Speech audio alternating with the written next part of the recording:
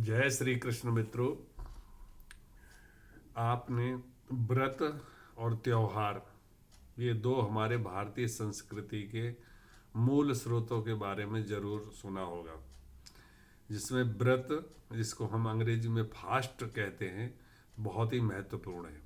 योग की दृष्टि से देखा जाए तो सप्ताह में एक दिन व्रत रहना या फास्ट रखना बहुत अच्छा होता है स्वास्थ्य के लिए। महात्मा गांधी जी भी कहते थे कि 15 दिन में एक बार व्रत अवश्य रखा जाए। और आप में से और हम में से बहुत से ऐसे लोग हैं जो किसी न किसी वार को व्रत रखते हैं। स्पेशली जैसे मंगलवार को बहुत लोग व्रत रखते हैं। ऐसे ही 15 दिन में एक बार व्रत आने वाला जो व्रत है वो बहुत ही महत्वपूर्ण है, और वो है एकादशी व्रत। एकादशी व्रत की महिमा इतनी अधिक है कि व्यक्ति अगर एकादशी व्रत का पालन नियम से जिंदगी भर करे तो उसको और कोई पूजा पाठ आदि करने की जरूरत नहीं होती है। तथा प्रत्येक गृहस्थी, विरक्त, सन्यासी, हर एक व्यक्ति को ये एकादशी का व्रत बहुत सारे पापों से मुक्ति दिलाने वाला होता है। एकादशी के व्रत के नियम के बारे में मैंने कई वीडियो में पहले भी बताया है और आज फिर से बताता हूँ कि एकादशी व्रत का जो पालन है वो 3 दिनों के संयोग से किया जाता है। एकादशी से पहला दिन दशमी होता है, तो दशमी के दिन से ही एकादशी का व्रत का नियम का पालन होना शुरू हो जाता है। अर्थात दशमी की शाम को, रात्रि को भोजन नहीं करना चाहिए, बहुत जल्दी भोजन कर लेना चाहिए और अगले दिन की तैयारी उसी दिन से मानसिक रूप से कर लेनी चाहिए कि कल मैं एकादशी का व्रत रहूँगा। और अगले दिन एकादशी के दिन प्रातः काल ब्रह्म मुहूर्त में जग करके स्नान आदि करके और फिर भगवान कृष्ण का ध्यान करते हुए संकल्प ले कि आज मैं इस एकादशी के व्रत का पालन करूँगा। एकादशी के व्रत के पालन में पहला नियम तो यही है कि खाना या जो व्रत का जो आहार है वो क्या लिया जाए। तो अगर जो निराहार रह सकते हैं वो अति उत्तम है, जो एक बार फलाहार ले सकते हैं वो भी ठीक है। इसमें कई प्रकार के नियमों का प्रावधान है, जैसा जिसका शरीर और स्वास्थ्य उसके हिसाब से उनको करना चाहिए। बालक, वृद्ध और रोगी को लिए ये नियम लागू नहीं है। गृहस्थ व्यक्ति को एकादशी के दिन शाम के टाइम तारा रहते समय पर फलाहार कर सकते हैं, परंतु सन्यासियों के लिए दिन के 8वें भाग में दिन में ही वो आहार करना चाहिए। बाकी कुछ एकादशी ऐसी भी हैं जिसमें आहार क्या, जल की भी मना है। जैसे आपकी निर्जला एकादशी जो ज्येष्ठ के महीने में आती है। कहा जाता है कि निर्जला एकादशी का व्रत करने से सभी एकादशियों का फल प्राप्त हो जाता है। वर्ष भर में 24 एकादशी आती हैं, हर महीने में 2, और जिस वर्ष अधिक मास होता है उस दिन 2 एकादशी और बढ़ जाती हैं, तब वो 26 एकादशी हो जाती हैं। इस प्रकार एकादशी के दिन ये पालन करते हुए उसमें और कुछ विशेष नियम आंतरिक सफाई के भी हैं। जैसे उस दिन मद, मोह, मत्सर, लोभ, क्रोध, इन चीज़ों का भी त्याग करें। किसी के बारे में चुगली ना करें। दिन में सोना वर्जित है। रात्रि के समय जागरण करना चाहिए। ऐसे छोटे छोटे नियम हैं। भगवान का जप और नाम कीर्तन ये अवश्य कर दें, क्योंकि आपने देखा है कि नाम जप की महिमा बहुत बहुत ज़्यादा सभी ग्रंथों ने गाई है। और इस समय पे हमारे एक भगवत प्राप्त महापुरुष श्री प्रेमानंद जी वृंदावन में विराजमान हैं, और वो प्रतिदिन अपने सत्संगों में नाम की महिमा का इतना वर्णन करते हैं कि नाम की महिमा से व्यक्ति इस संसार सागर से, भव सागर से पार हो सकता है। तो अगर ही वो नाम जब एकादशी के दिन किया जाए तो बहुत बहुत गुना बढ़ जाता है। तो आज जो एकादशी है वो उत्पन्न एकादशी है। ये मार्गशीर्ष मास चल रहा है। इसके कृष्ण पक्ष की एकादशी उत्पन्न एकादशी है। कल द्वादशी रहेगी, तो द्वादशी के दिन इस एकादशी का पारण किया जाता है। पारण का मतलब है जो हमने व्रत धारण किया उस व्रत से बाहर आना, मतलब जो अपने नॉर्मल जीवन में आना, तो वो पारण अवश्य करना चाहिए। पारण करने के लिए भी कई बार बता चुके हैं कि पारण किस विधि से किया जाता है। चने के सात सात सात दाने लेकर के उनके दो दो टुकड़े करके 14 कर देते हैं। उनमें से 7 टुकड़े हाथ में रख करके और ये ध्यान करते हुए कि मेरे पिछले 7 जन्मों के पाप ताप सब दूर हुए, ऐसा करके उनको चारों तरफ फैला देते हैं। बाकी के 7 टुकड़े 7 अंजलि जल के साथ अपना आहार कर लेते हैं और ये ऐसे करके भगवान पुंडरीकाक्ष से प्रार्थना करते हुए अपने व्रत की पूर्ति करते हैं। ये पारण विधि है और अलग अलग तरीके से भी पारण विधि विभिन्न विद्वान लोग बताते हैं। तो इसलिए इसमें मेन उद्देश्य यह है कि हमारा व्रत खोलना है, कि व्रत अभी हमारा समाप्त हो गया तो उस व्रत को खोलते कैसे हैं। और व्रत खोलने का जो विधान है वो द्वादशी तिथि में होना चाहिए, त्रयोदशी तिथि नहीं लगनी चाहिए, ये ऐसा नियम होता है। और प्रत्येक एकादशी की एक व्रत कथा होती है, उस व्रत कथा का भी श्रवण पठन और मनन ये बहुत ही सुंदर होता है और उसका फल भी बहुत ज़्यादा होता है। आइए आज के व्रत की कथा सुनते हैं। आज का व्रत की कथा उत्पत्ति एकादशी भी कहते हैं, इसको उत्पन्ना एकादशी भी कहते हैं। तो युधिष्ठिर ने भगवान श्री कृष्ण से पूछा कि भगवान पुण्यमयी एकादशी तिथि कैसे उत्पन्न हुई, इस संसार में वह क्यों पवित्र मानी जाती है तथा देवताओं को ये एकादशी अत्यंत प्रिय कैसे हुई। श्री भगवान बोले, हे कुंती नंदन, प्राचीन समय की बात है कि सत्य युग में एक मुर नामक दानव रहता था। वह बड़ा ही अद्भुत, अत्यंत रौद्र तथा संपूर्ण देवताओं के लिए भयंकर था। उस काल रूपधारी दुरात्मा महासुर ने इंद्र को भी जीत लिया था।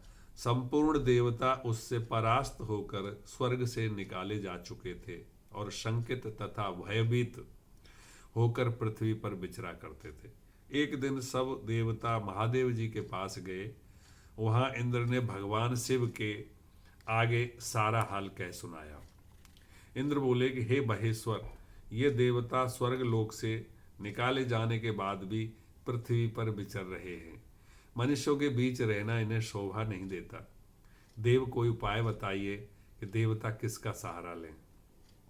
महादेव जी ने कहा कि देवराज, जहाँ सबको शरण देने वाले, सबकी रक्षा में तत्पर रहने वाले जगत के स्वामी भगवान गरुड़ध्वज विराजमान हैं, वहाँ जाओ, वे तुम लोगों की रक्षा करेंगे। तो भगवान श्री कृष्ण कहते हैं कि हे युधिष्ठिर, महादेव जी की यह बात सुनकर परम बुद्धिमान देवराज इंद्र संपूर्ण देवताओं के साथ क्षीर सागर में गए, जहाँ भगवान विष्णु गदाधर शयन कर रहे थे।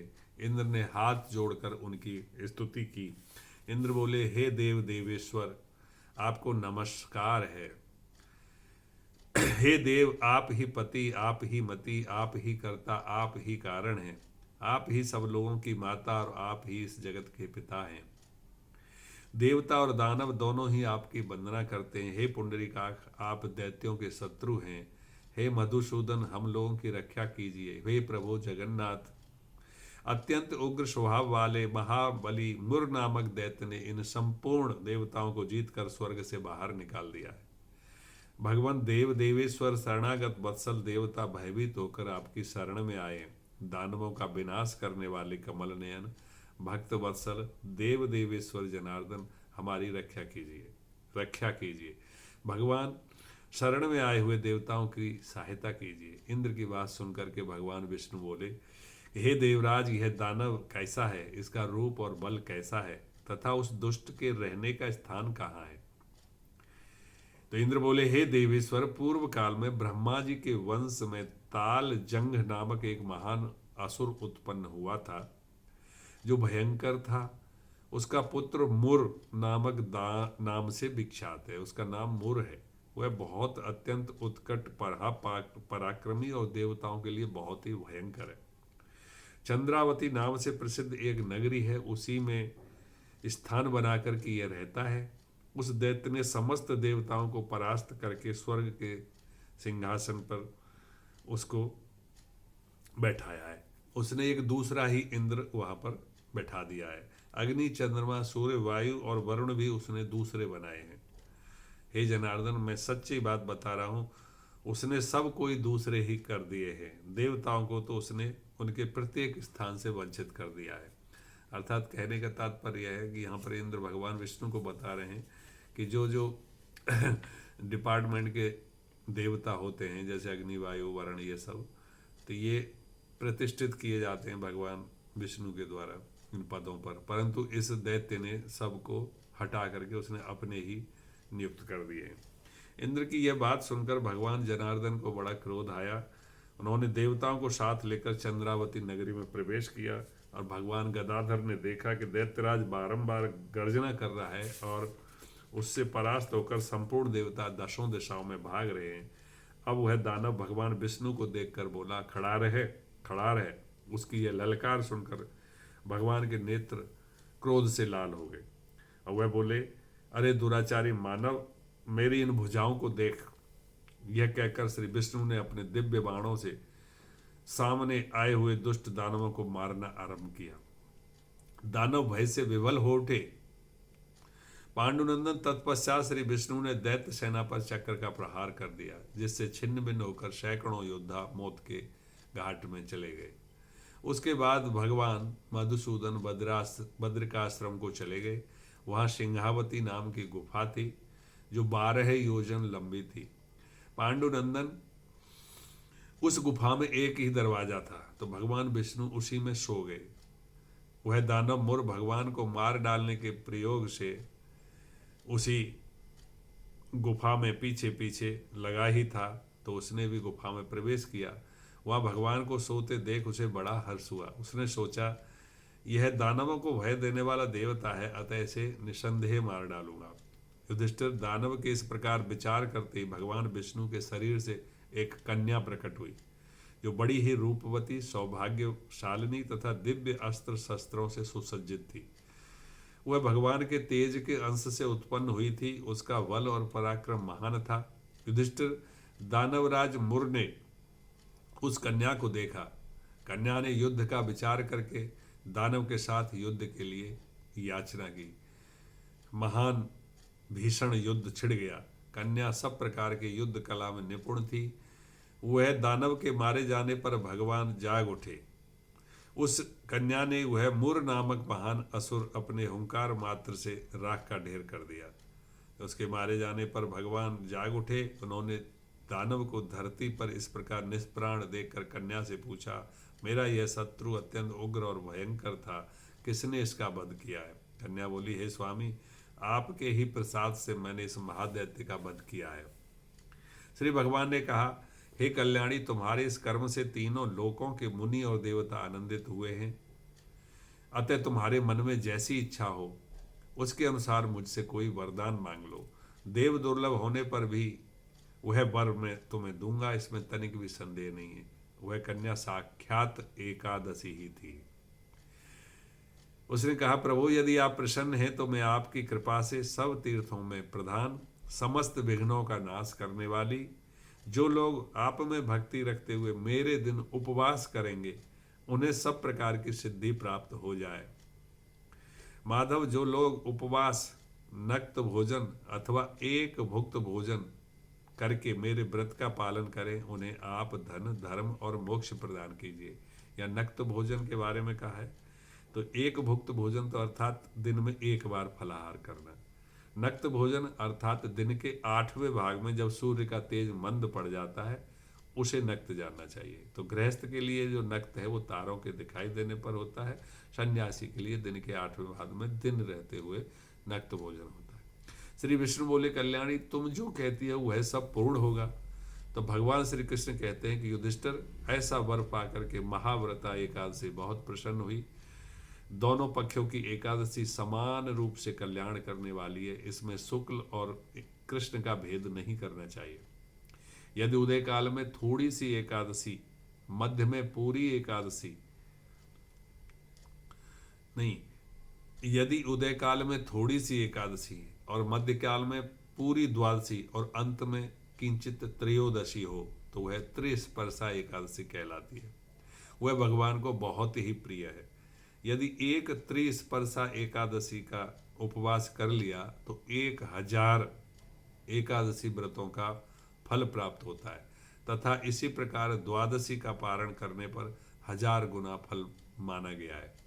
अष्टमी, एकादशी, षष्ठी, तृतीया और चतुर्दशी ये तिथि पूर्व तिथि से विद्ध हों तो उनमें व्रत नहीं करना चाहिए। परिवर्तनी तिथि से युक्त होने पर ही इनमें उपवास का विधान है।